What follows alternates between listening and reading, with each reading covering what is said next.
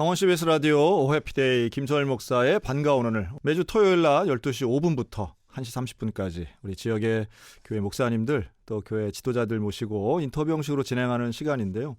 오늘은 강릉 나그네 교회 담임 목사님이시고 또 인생서가 책방을 운영하시는 우리 최성기 목사님 나와 계십니다. 안녕하세요, 목사님. 안녕하세요. 네, 오늘 나와주셔서 감사합니다.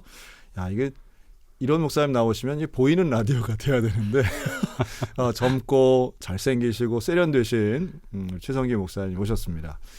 근데 목사님 교회 이름이, 목사님이 이제 개척하신 교회로 아는데 네. 교회 이름이 좀 독특합니다. 나그네 교회. 네. 네. 교회 소개를 좀 해주시죠.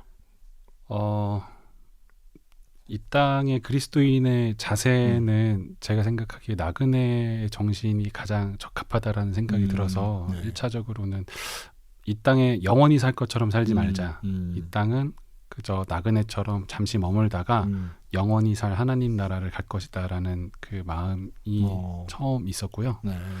두 번째로는 저는 목회가 이제 교회가 다양한 색깔을 가져야 되는데 제가 개척한 교회는 가장 제가 최성기스러운 이름을 짓고 싶다는 생각이 들어서 전 여행을 좋아해서 나그네라는 이름을 지었습니다.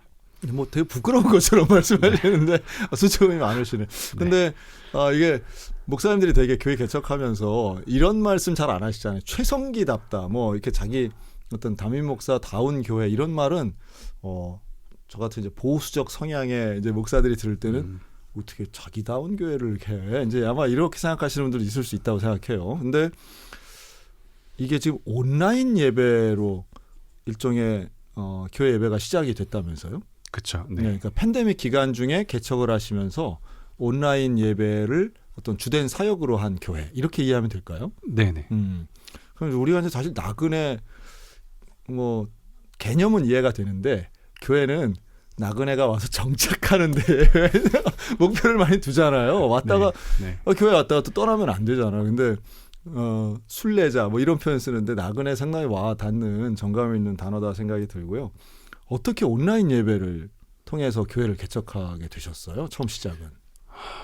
뭐 처음부터 뭐 온라인 뭐 교회 개척 이런 생각은 아니었고요. 네. 그때 당시에 제가 몇 년 만에 연락이 닿은 소식을 전해준 예전 교회에 있었던 청년이 있었었는데 예전에 청년부를 담당하셨을 때 네, 그 청년의 어떤 상황을 듣고 제가 이제 마음에 공감이 되고 또 너무너무 응원해주고 싶고 신방을 해주고 싶은데 거리가 너무 멀고 시간이 좀 제약이 돼서 어떻게 하면 될까 고민을 하다가 이제 언젠가 기회가 되면 만날 수 있겠지 하다가 팬데믹 기간이니까 뭐 영상을 한번 찍어볼까라는 생각이 들어요. 핸드폰으로 그냥 그 친구 한 사람을 위해서 계속 묵상을 하고 설교를 준비하고 축도까지 해서 이제 15분, 20분 정도 되는 예배 영상을 만들어서 그 친구한테 보내줬었는데 그게 어떤 그때 당시에 저로서는 불특정 다수를 향해서 설교하고 있는 누군가 저한테는 좀 부정적인 이미지를 주었던 목사님이 계신데 그때 당시에 그거에 대한 어떤 불만 같은 것들이 제가 그 한 사람을 위해서 영상으로 하면서 많이 해소가 됐다고 할까요? 그래서 이제 온라인으로 계속 예배를 만드는 것도 되지 않을까. 사실은 이제 그 시작은 온라인이 주된 것이 아니라 어떤 한 사람을 대상으로 하는 거에 포커스가 있어서 그런 것 했죠. 같아요. 네. 네. 그 제가 안 그래도 오늘 오전에 좀 찾아봤어요. 목사님 그 채널에 있는 그 온라인 영상 예배를 봤더니 지금 말씀하신 대로 한 사람 혹은 아마 자녀들인 것 같은데 자녀가 셋인 모양이에요. 네, 맞습니다. 그 3남매를 위한 영상, 예배 영상. 제가 보면서 사실은 지난 팬데믹 기간에 우리가 영상 예배 많이 드렸고 또 많이 제작도 했고 했는데 한두 사람을 위해서 만든 영상이라고 하는 게 되게 이 시대에 맞는 거 아닌가.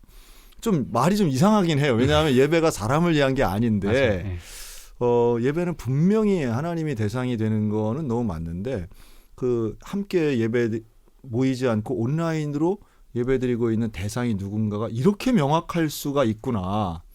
그리고 계속 목사님이 그 뭐 자녀면 자녀, 형제면 형제 그 이름을 이렇게 얘기하면서 설교를 하시더라고요. 그 올린 영상에서는 많이는 그렇게는 안 했었는데 네. 저는 아주 새롭게 봤어요. 보고 그리고 영상이 어떻게 영상하고 녹음을 후녹음으로 하신 건가요? 네네. 이 싱크가 잘 안 맞아서 이거 뭐지 하고 했더니 후녹음인 것 같아요. 그 어떤 거는 후녹음이 아니기도 하고 어떤 건 후녹음을 하기도 하고. 근데 아마 입이랑 아주 안 맞는 건 아니니까 맞춰서 이렇게 하신 것 같더라고요. 네. 그래서 이건 참 새롭다. 왜냐하면 대개 그 목사님들이 스마트폰만 가지고 하면 오디오가 많이 떨어지는 그거 좀 안타까운 영상들 많잖아요. 네. 그런 단점, 그러니까 현장감도 살리면서 듣는 거를 잘하는 그런 방식을 좀 죄송한데 좀 영악하다. 영악하고 근데 안타까운 건 조회수는 좀 적더라고요. 조회수는 뭐 그렇게 높지는 않으시던데. 그래서 제가 아마 이렇게 얘기해도 이 영상을 보신 분들은 그렇게 많지는 않을 것 같아요. 네, 당연히 없을 것 같고 많지 않을 것 같고요. 저도 막 이거를 만들면서 최선을 다하긴 하지만 막 많은 분들이 봐주시길 바라는 마음으로 만드는 건 아니고 그냥 필요한 분들이 보시겠지라는 생각이고, 저는 그 설교나 예배도 공예처럼 다가올 때가 많았어요. 그러니까 전 당연히 주변에 목사님들이나 전사님들이 많은데 본인이 직접 설교한 거 너무 만족스러워서 저한테 링크 보내고 그러는 거 저 사실 약간 공예처럼 다가오거든요. 그래서 진짜 미안한데 공감된다. 이 공감이 되네요. 네, 그래서 저도 제가 만들어서 보내진 않아요. 어딘가에 보내진 않아요. 그렇네요. 반성하게 되네요. 진짜. 근데 그래요. 그럼 처음으로 보냈던 그 과거 지도했던 그 청년, 그 청년의 어떤 반응이나 연락이 왔었나요? 그래서 그러니까 제가 개인적으로 보낸 영상들은 그렇죠. 링크에 저기 유튜브엔 절대 올리지 않았어요. 그래요?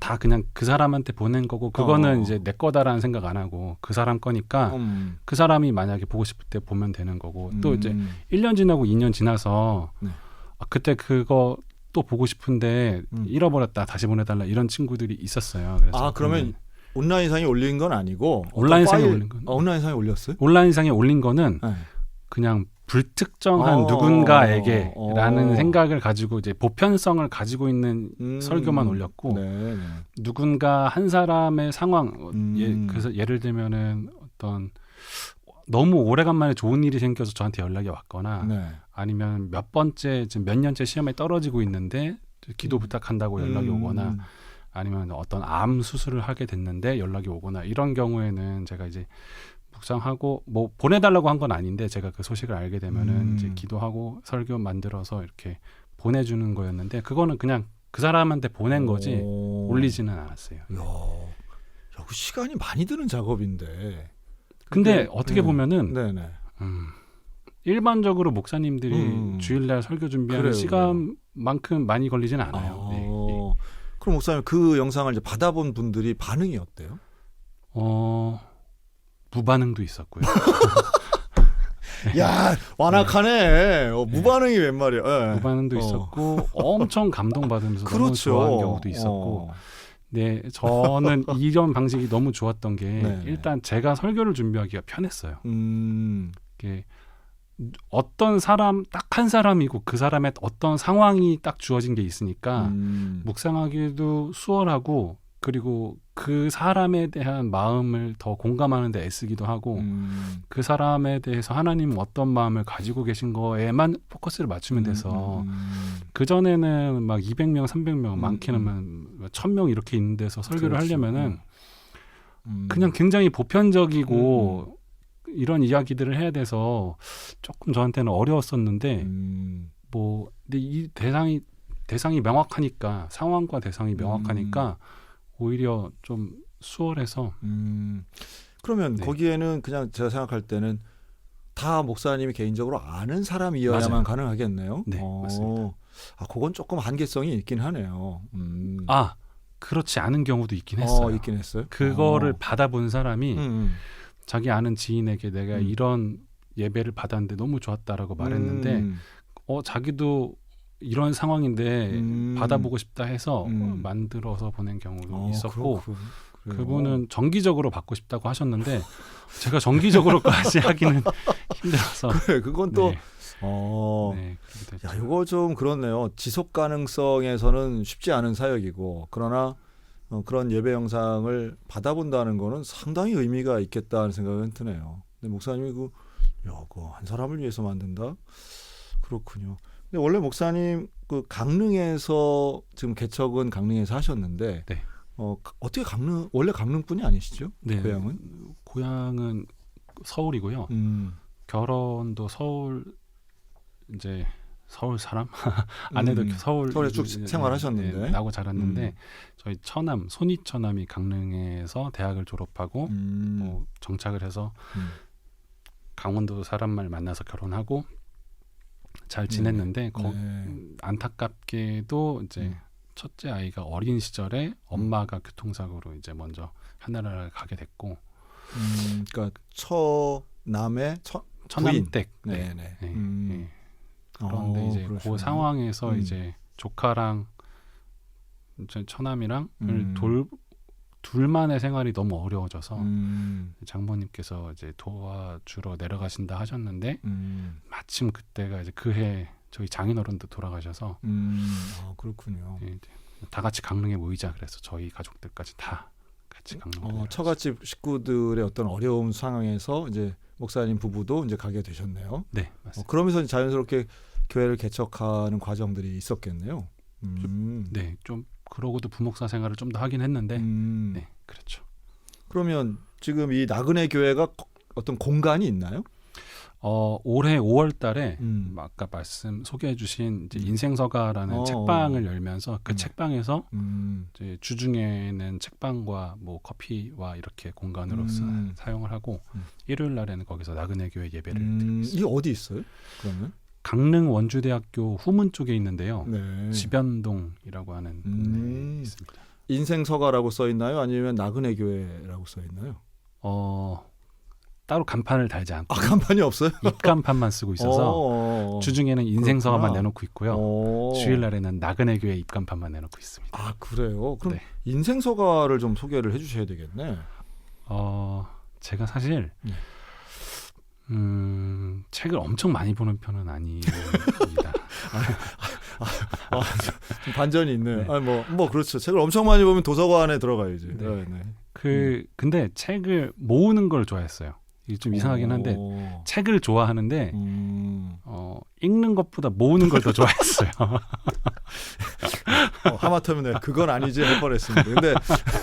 근데 어쨌든 뭐 그럴 수 있죠. 솔직하게 말씀드리면. 네.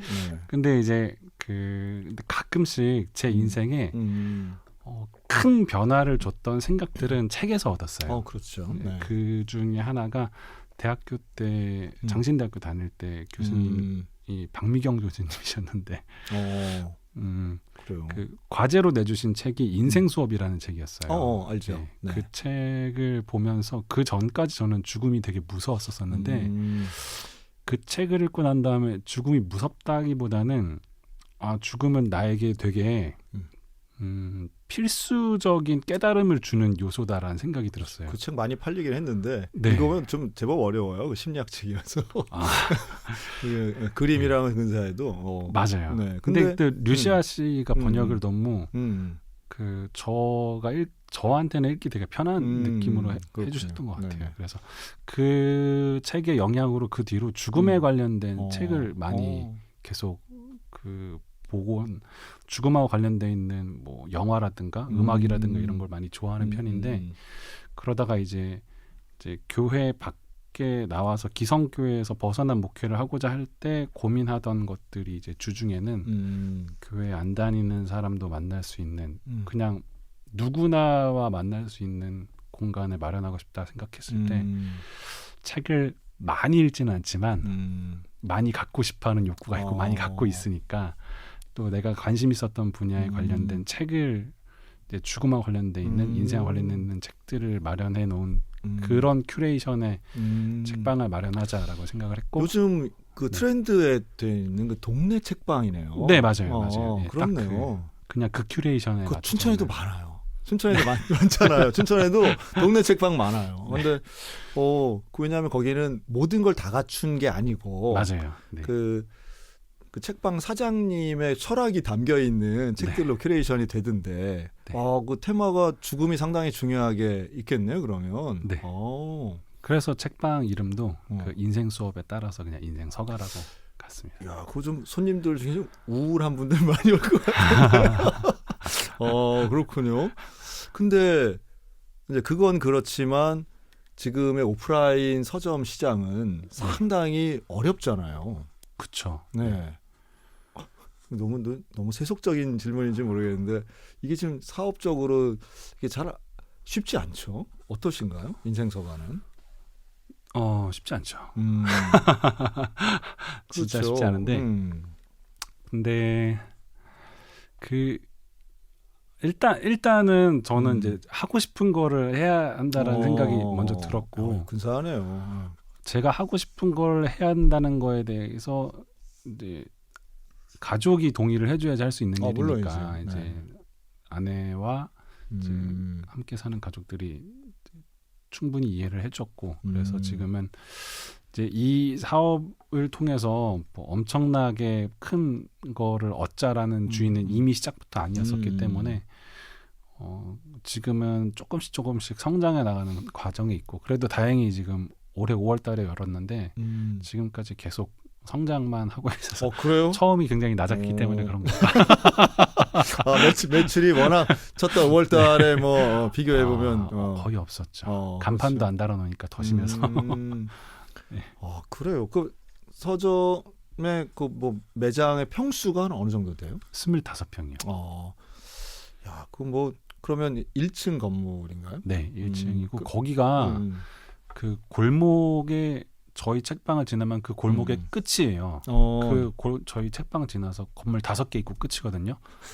그러니까 이제 저희 책방을 지나가는 사람은 거기 사는 사람 이외엔 지나가질 않아요.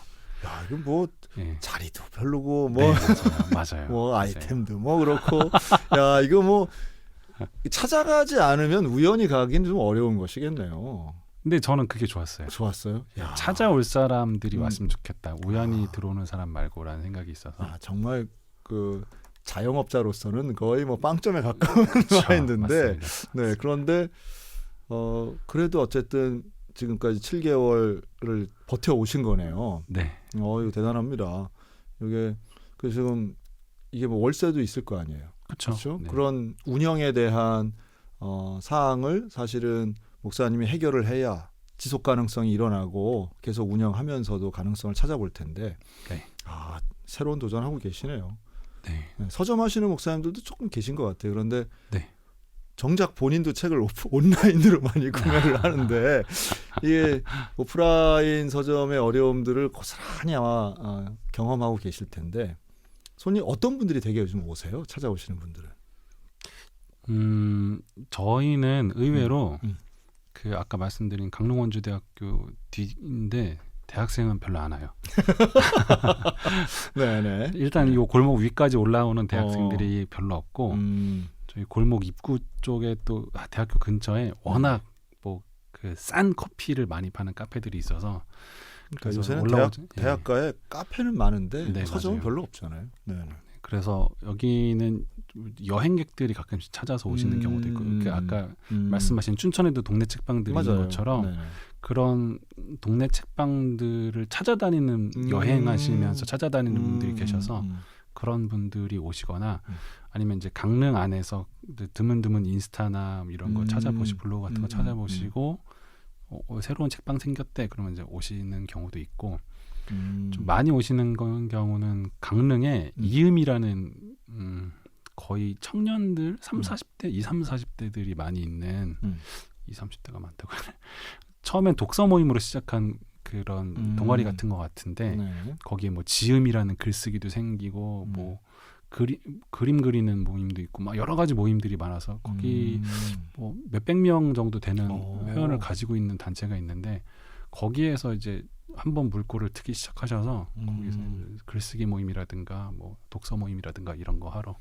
많이 오시기도 하고. 그런 분들 참 제법 근사한 것 같아. 그런 모임들 하시는 분들 보면 맞아요. 책 읽고 이렇게 그런 분들은 큰 소리도 잘 안 내고 서곤서곤하고 책방은 네. 진상은 별로 없어요. 그렇죠, 네, 그렇죠. 진상은 진짜 진상 고객이 뭐 굳이 뭐 거기까지 가서 뭐 맞아요.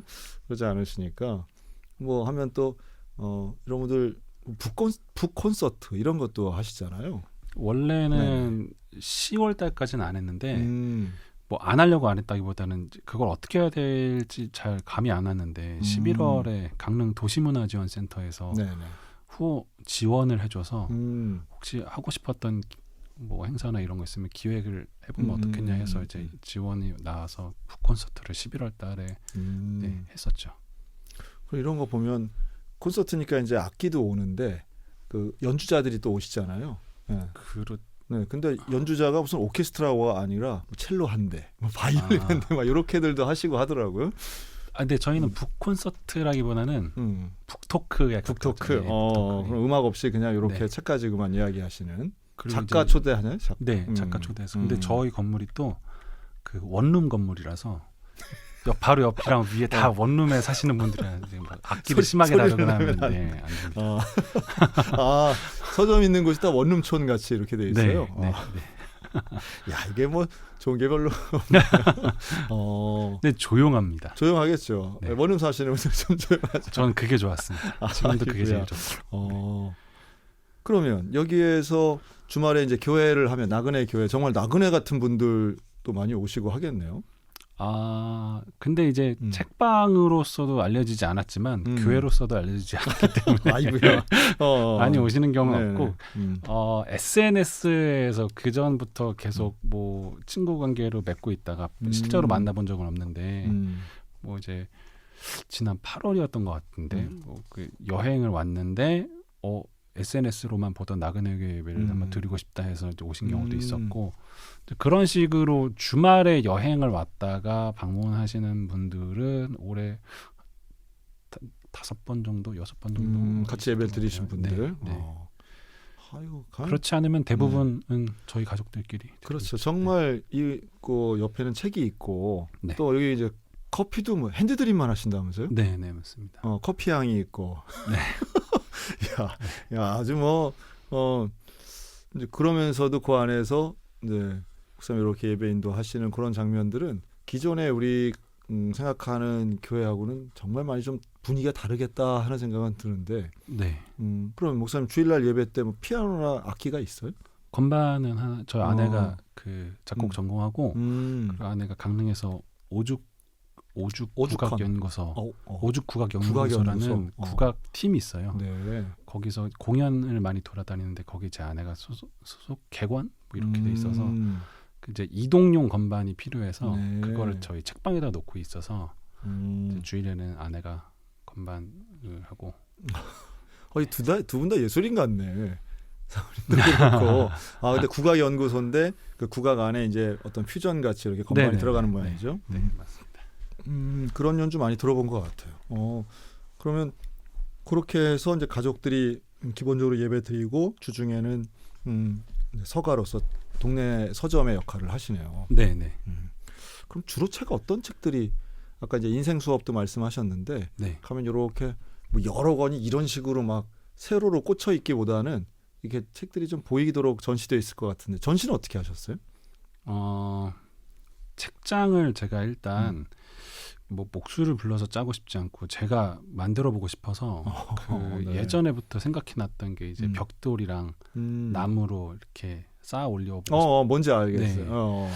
그렇게 해서 올렸고 그 한쪽 벽에 그렇게 올린 쪽에는 이렇게 그 표면이 표지가 보이도록 보이지 않도록 네, 주로 이렇게 꽂혀져 있고 어체장이랑 좀 다르네요. 제가 한 11년 정도 가지고 다니는 책상이 있었는데 그 책상을 책방에 갖다 놓고 거기다가는 이제 진열해서 우리 책방은 요런 주제가 많이 있습니다라는 거를 좀 보여줄 수 있는 책들을 책상 위에 많이 올려놓고. 그럼 그 대표 서적이 어떤 게 있을까요? 그러면 뭐 죽음하고 관련돼 있는 거는 요즘에는 계속해서 제가 밀고 있는 거 역시 인생 수업이고 오늘 내가 살아갈 이유라는 이제 중국의 위지안 씨가 지금은 돌아가신 그분이 쓴 책도 저는 꽤 감명 깊게 읽어서 그것도 그렇고 대통령의 염장이 대통령의 염장이 네. 그러니까 그 책은 실제로 대통령들 그러니까 염을 하시는 네. 그러니까 염도 하시고 장례지도도 하시는 분이신데 뭐 이렇게 우리가 생각하는 일반적인 어떤 기독교 신앙서적과는 좀 다르게 하나의 주제를 가지고 다양한 접근을 가지는 국내외 작가들의 그런 책들이네요. 근데 의외로 이 죽음이라는 주제에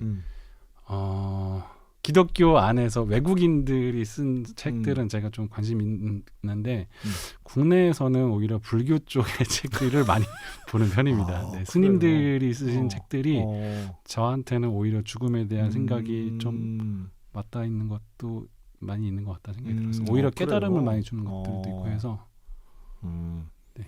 그래요. 하여튼 뭐 방송에 또 시험들 분 계시겠는데 성경을 읽어야지 뭘 목사가 중이 쓴 책 보나 이런. 근데 이제 죽음이라고 하는 그 주제를 가지고 다양한 접근을 서점에서는 이제 그래야 되니까 기독 서점이 아니잖아요. 네, 맞습니다. 네. 근데 기독교 책들도 있긴 해요. 당연히 있겠지. 네. 저 C.S. 루이스를 너무 좋아해서 그러세요? 네. C.S. 루이스 책들도 많이 놓고 나니아 연대기. 네. 옛날 버전의 나니아 연대기. 그래요.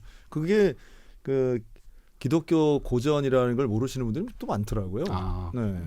의외로 많더라고요. 영화로만 처음 접했던 젊은 세대들은 그게 얼마나 위대한 기독교 고전인지를 잘 모르는 분들 많더라고요. 근데 전 모르고 보는 것도 좋은 것 같아요. 그래요? 그냥 나도 모르게 스며들어 있는 어떤 기독교 정신이 스며들게 하는 것도 좋은 것 같다는 생각이 들어서. 그렇죠. 반지의 제왕도 마찬가지잖아요. 네.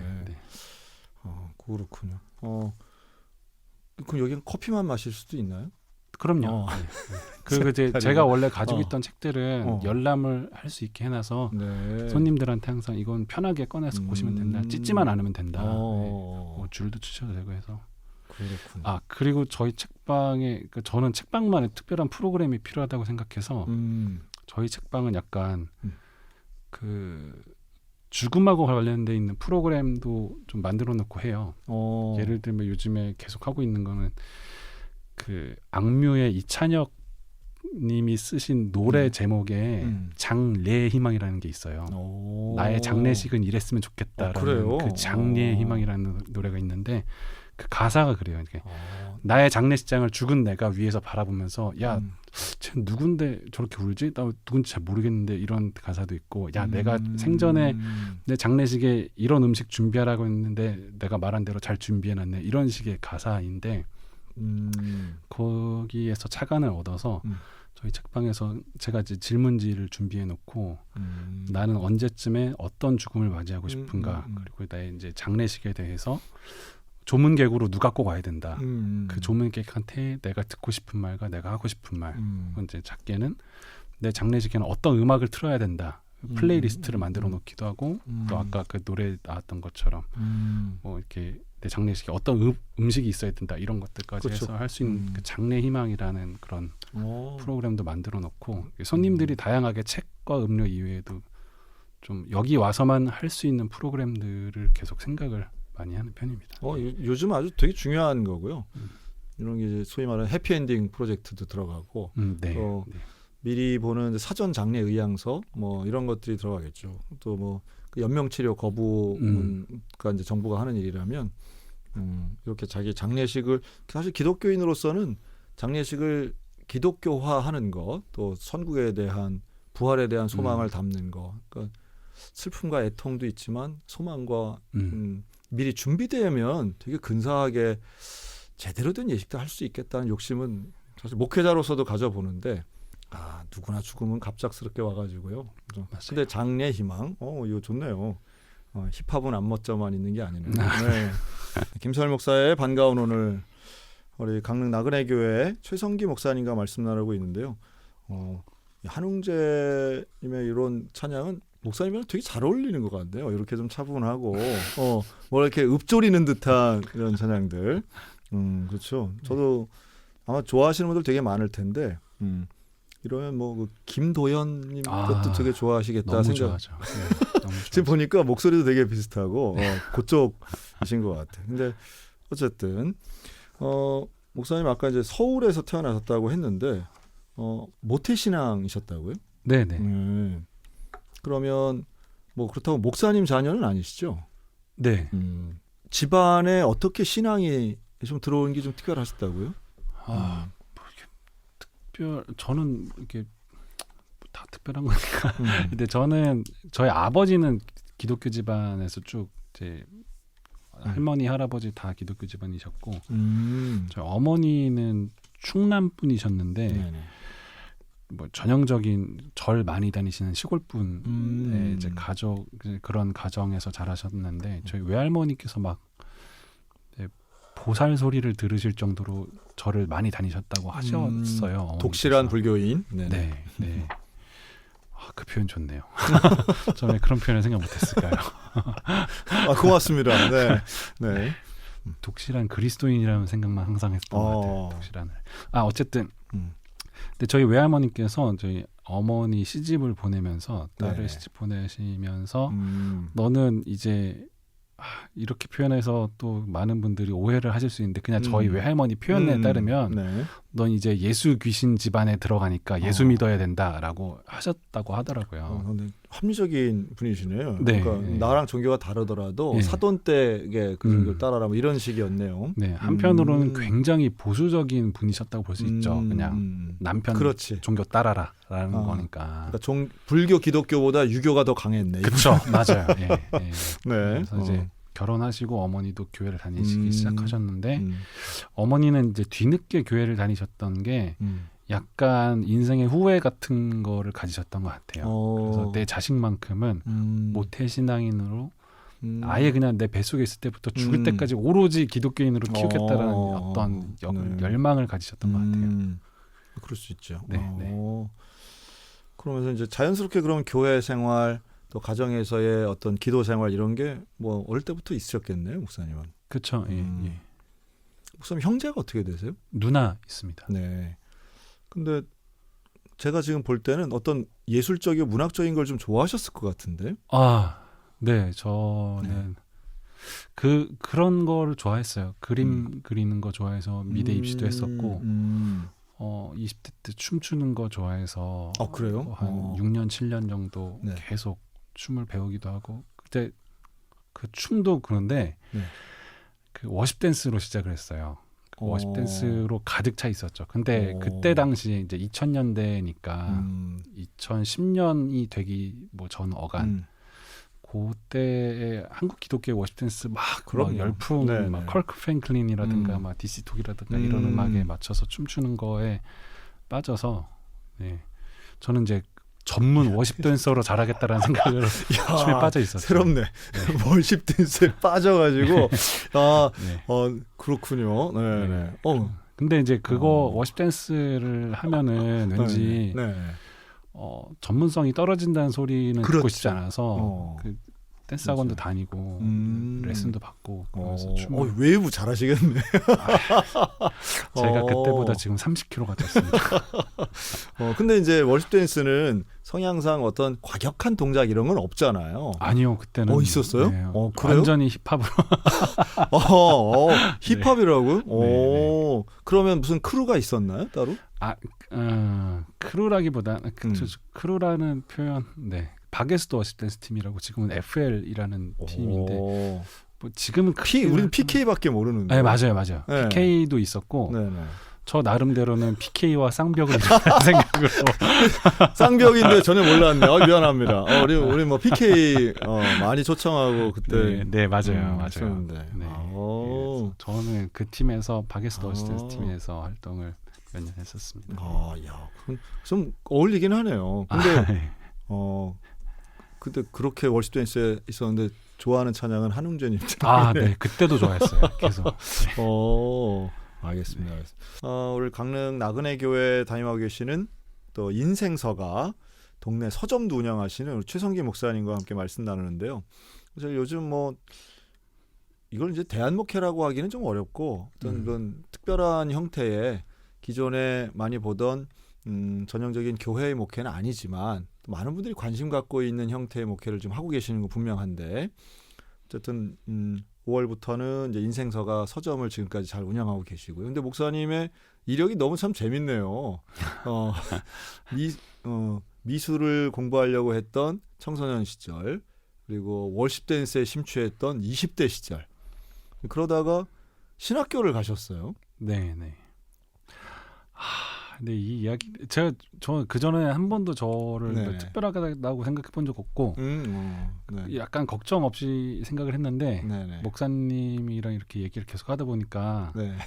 이 청취자분들이 저 사람이 왜 목사지라는 생각이 들 것 같다는 걱정이 지금 이 질문에도 지금 이거 어떻게 포장할 수 있을까 이런 고민이 포장할 지금. 필요 없습니다. 갑자기 급 자기 반성이 네. 그럼 갑자기 자유롭다가 자유롭게 살다 갑자기 네. 이상한 거 내가 이상한가 이제 이런 네. 뜻이 그렇지 않아요. 다를 수 네. 있죠. 뭐 다양한 거죠. 또 시험이 드시는 분들이 계시면 안 되는데라는 생각이 재밌네요. 네. 그 신학교를 어떻게 가게 되셨어요? 그 신학교 간 거는 사실 그때 당시에 아까 말씀드린 것처럼 춤 좋아하고 그림 좋아하고 이제 노래 좋아하고 기타 치면서 맨날 이제 배짱이처럼 전형적인 한량의 배짱이 네, 같은 맞아요. 완전 배짱이처럼 지내고 있었는데 네. 그때 아까 이제 저희 어머님께서 갑자기 아파지시고 주변의 분들이 너 언제까지 그렇게 언제까지 네. 그렇게 네. 근데 제가 그때도 이제 노래 부르는 것도 좋아하고 춤추는 것도 좋아하고 네. 그림 그리는 것도 좋아했지만 제가 어느 날 이제 돌아보니까 그 표현하고자 하는 다양한 방식을 좋아하지만 그 주 목적이나 대상은 하나님의 사랑과 은혜 안에 있다라는 걸 알았어요. 그러니까 나는 춤을 추는 것도 물론 다른 학원을 다니거나 레슨을 받기도 하지만 어쨌든 그 목적은 워십 댄스를 잘하기 위한 거였고 또 그림을 그리는 것도 사랑하는 대상에 대한 그림에 대한 욕구가 있었던 거고 노래도 당연히 이제 교회에서 찬양하는 걸 너무 좋아했기 때문에 그러니까 목회자가 되고자 하는 이유로 그런 목적으로 신학교를 간 게 아니라 그냥 내가 표현하고자 하는 대상에 대한 깊이를 늘려가자라는 생각으로 신학교에 이제 하나님을 더 깊이 알고자 하는 그 목적이 신학교를 가는 거지라는 생각으로 단순하게 신학교를 입학을 했죠. 신학을 공부하기 위해서 가신 거네요. 그렇죠. 근데 가서 놀랐죠. 이 생각은 나만 가지고 있구나. 신학교는 다 목사가 되려고 들어왔구나 애들이. 그렇지. 사명으로 들어가지. 예. 공부하러 가나 이제 이런 거죠. 네. 하지만 뭐 소수지만 있죠. 신학 공부 네. 자체에 대한 네. 호기심을 가지고 이제 신대원 가시는 분들도 있고. 근데 어쨌든 신학교 생활은 어떠셨어요? 조금 그때도 저는 약간 외형적으로 저를 드러내는 걸 좋아했기 때문에. 외형적으로 드러내는 걸 좋아했다고요? 네. 그래서 다들 좀 이상하게 생각했어요. 저는. 저는 신학과로 입학을 했어요. 장신대는 이제 기교과와 신학과가 있는데 뭐 교훈과도 있긴 하지만 대부분 저를 교훈과라고 알았어요. 그때도 막 두건 쓰고 다니고 체인 감고 다니고 체인 두건 귀걸이 막 3개씩 귀걸이 하고 다니고 막 그래요? 삭발을 하면은 눈썹부터 스크래치를 넣던가 뭐 이런 걸 꼭 해야 됐어요. 저는 저의 어떤 외형적으로 저를 표현하는 걸 좋아했기 때문에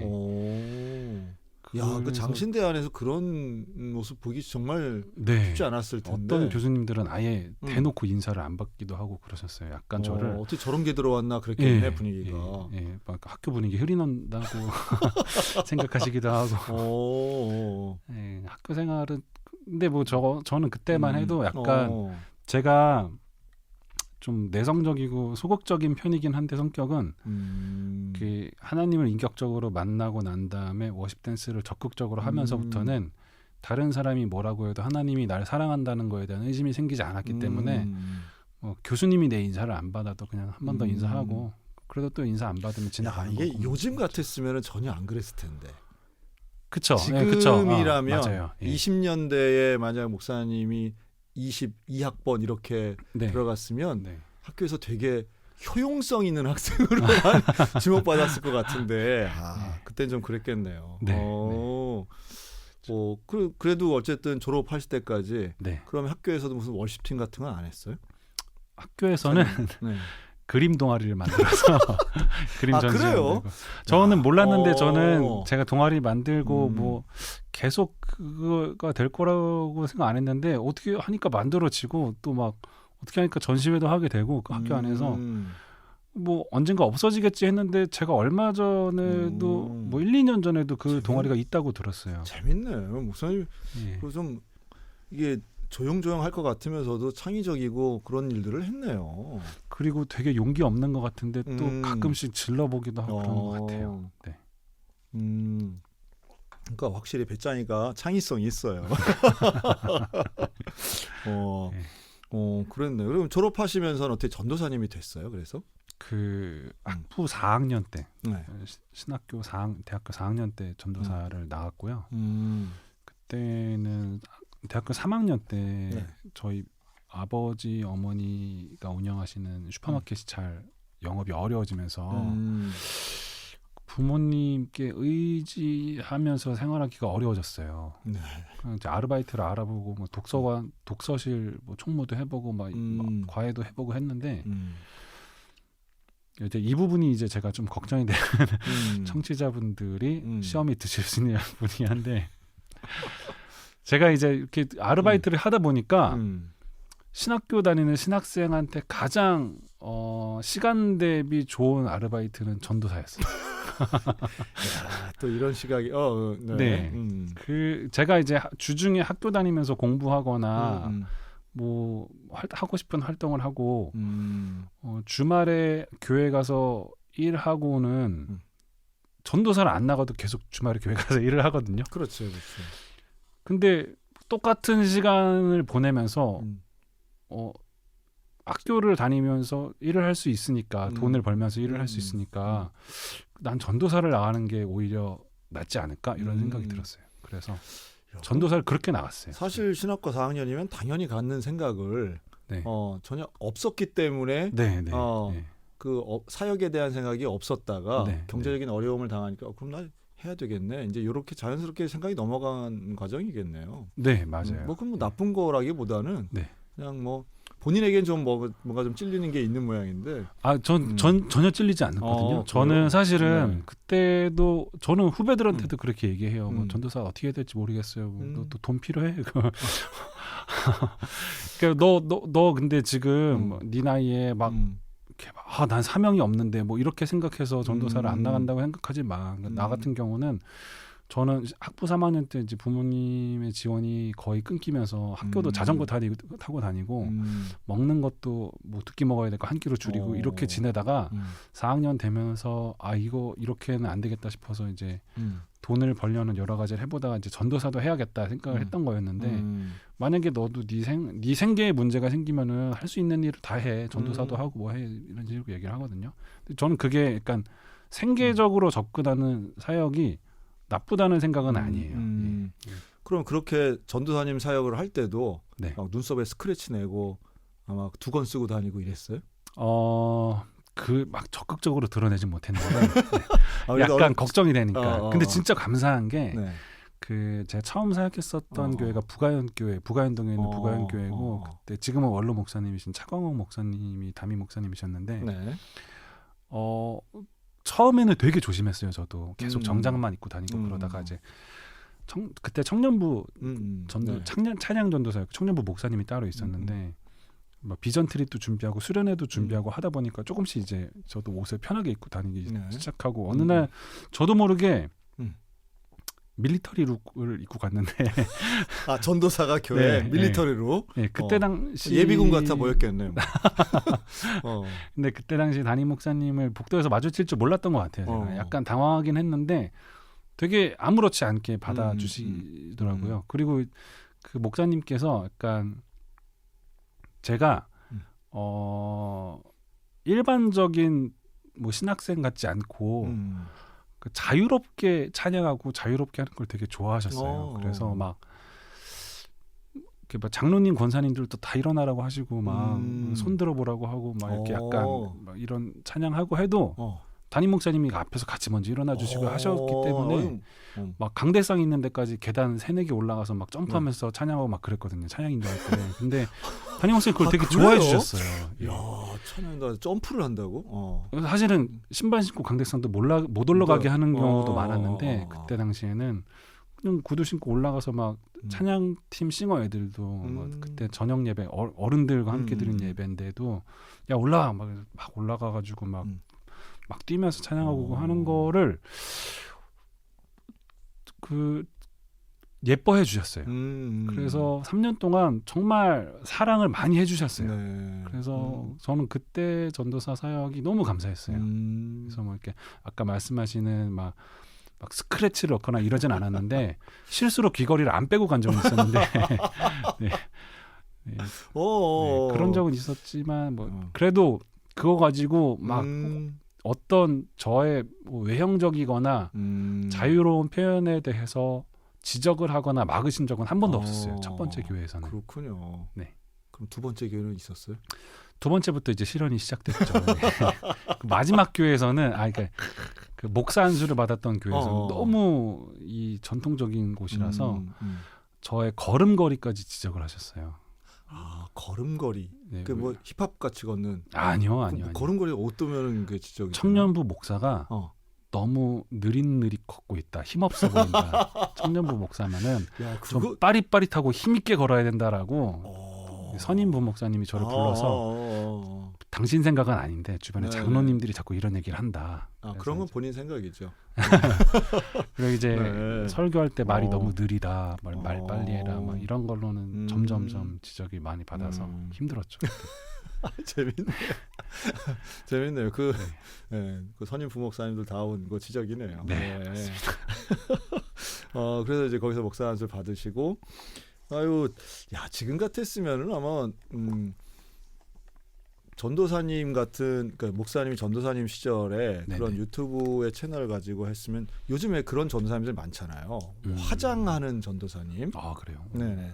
그분이 100만 유튜버. 재밌겠네요. 네네. 네. 그 최진원 전도사인가 그렇습니다. 그분이 이번에 총신대 4학년 졸업반인데 거기가 그렇고요. 또 보면은 왜 그 좀 논란이 될 만한 걸 가지고 이렇게 하시는 기독 유튜버들 많잖아요. 정치세가 아니고 이제 교회의 어떤 부정적인 것들 막 하시는 분들. 좀 뭐 이런저런 판단은 있지만 그런 분들이 되게 유튜버 하면서 조회수를 많이 올리시는 거를 보는데 목사님은 그런 성향이 있는데 뜨거움이 있는데 지금 이 나그네 교회의 영상으로 올려진 것들은 정말 하나같이 건전하고 하나같이 거룩하고 목사님의 과거하고는 잘 매칭이 안 되네요. 근데 제가 목사가 되고 난 다음에 많이 겁을 많이 먹게 됐어요. 몸을 사리는구나. 네네. 목사. 그러시군요. 그 막 발걸음, 막 목소리, 말 이런 거 지적을 당하면서 점점점 위축되고 그래가지고. 아이고 그렇군요. 지금은 계속 깨려고 노력을 많이 하죠. 하여튼 뭐 새롭습니다. 그 목사님 걸어오신 길도 또 경험하신 것도 또 지금 현재의 사역까지 항상 이렇게 변화하고 하여튼 뭐 본인이 하고 싶은 거라고 하지만 그 하고 싶은 것이 좀 날마다 좀 새로우면서도 고민 끝에 나온 변화인 것 같아서 저로서는 상당히 좀 특별하다 하는 생각이 드는데요. 한번 찾아가 보고 싶네요. 그 인생서 가지고. 감사합니다. 그럼 목사님, 하여튼 어쨌든 지금 개척을 하시고 지금까지 사역을 하고 계시는데 앞으로의 계획 같은 거는 어떻게 될까요? 제 아내가 제 아내가 별로 안 좋아하는 말인데 저는 항상 나그네 마인드가 저한테 좋아요. 계획이 없는 거지. 계획이 없기도 하고 정처 없이 떠도는 걸 좋아해서 어쨌든 이제 자녀가 어느 정도 성장하고 난 다음에는 공간의 제약을 받지 않고 떠돌아다니는 걸 하고 싶어요. 아이고야. 그래서 아이고야. 네네. 제가 그 나그네 교회를 처음 만들었을 때 너무 좋았던 거는 뭐 영상을 보셔서 아시겠지만 저는 이렇게 하나님이 창조하신 자연 가까이 가서 묵상하고 그거를 보면서 하나님을 느끼는 게 너무 좋거든요.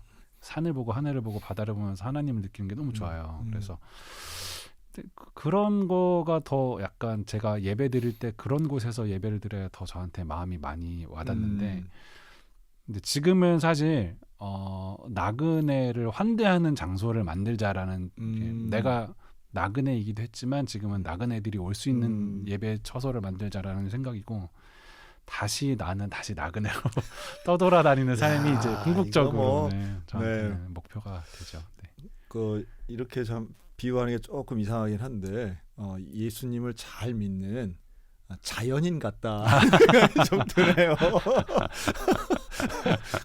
그런 느낌이 좀 드네요. 그래서 재주가 많고 지금 자녀들이 세 명인데 네. 아직 좀 나이가 어리죠? 학생인가요? 네. 초등학생? 7살, 9살, 11살입니다. 대개는 이게 11살, 9살, 7살 이렇게 하는데 셋째부터 그러면 어떻게 아들, 딸은 어떻게 돼요? 첫째가 아들이고 둘째, 셋째가 딸입니다. 아이들은 지금 아빠하고 같이 예배드리고 하는 걸 되게 좋아할 것 같은데 어떠세요? 아니에요. 아니에요? 네. 제가 아이들이랑 예배를 드리면서 다른 사람들도 있으면 조금 더 편하지 않을까라는 생각이 들기도 하고 아니면은 올해 한번 잠깐 그런 생각이 들었어요. 애들은 그냥 다른 교회 보내니까. 솔직한 얘기신 거죠. 네. 네. 첫째 아이가 특히 남자애가 그 11살 정도 되니까 내가 왜 예배를 드려야 돼라는 거를 자의식이 있죠. 또 그리고 이제 그 나이 때는 그거를 온몸으로 표현하는 때라서 감정적으로 너무 이렇게 힘들더라고요. 제가 앞에서 같이 뭐 하기에는 다 하기 싫으니까 그 첫 순서부터 마지막 순서까지 그리고 이미 시작하기 전부터 막 힘들어하고 어려워하니까 근데 뭐 예배 때마다 그거를 일일이 다 설명을 해준다고 해도 의미가 얘한테 와닿지 않으니까 처음에는 이래서 찬양을 하는 거야, 이래서 사도신경을 하는 거야, 사도신경은 어떻게 이루어져 있는 거야, 오늘 말씀 이런 거야 이렇게 아무리 설명을 해줘도 이미 움직여지지 않는 마음은 막 온몸으로 하기 싫고 그 영향은 둘째와 셋째까지 가기 때문에 너무 힘들었었죠. 예. 근데 지금은 많이 어린이에 포커스를 맞춰서 아내랑 이제 상의를 해서 거의 이제 아이들을 위한 어린이 예배에 가까운 예배를 드리고 있어서 지금 소망하기는 이렇게 어린이들을 키우고 있는 부모님 가족들이 조금 생기게 된다면 더 우리 아이들한테도 좋고 물론이죠. 나도 좋지 않을까. 강릉에 그러신 이런 조금 자유로운 신앙생활에 대한 욕망이 있으신 분들, 욕구가 있으신 분들이 계실까 이런 고민이 좀 있죠. 네. 그런 분들이 좀 방송을 듣고라도 좀 찾아가시면 좋겠어요. 네, 인스타그램이나 유튜브나 어쨌든 인생서가를 검색하면 그렇게 되겠죠. 네. 저도 인스타그램 보고 팔로우 했는데. 네. 감사합니다. 네네. 이거 하여튼 우리 오늘 강릉 나그네 교회 또 인생서가를 이끄신 우리 최성기 목사님하고 하나 좀 특별한 목사님이다. 그리고 현재 하시는 사역도 우리가 일반적으로 생각하는 사역과는 좀 결이 좀 다를 수는 있지만 그러나 또 다양성에서 본다면 목사님 사역 잘 되셨으면 좋겠네요. 감사합니다. 뭐 많은 사람이 몰려오는 걸 기대하시는 게 아니니까 네. 좀 유지되고 또 제가 강릉에 가도 이렇게 인생서가를 볼 수 있는 그렇게 좀 잘 운영하시고 나그네로 떠나기 전에 많이 하셨으면 좋겠습니다. 감사합니다. 저도 같은 마음으로 응원하겠고요. 목사님과 인사 나누도록 하겠습니다. 오늘 나오셔서 감사합니다. 감사합니다. 네.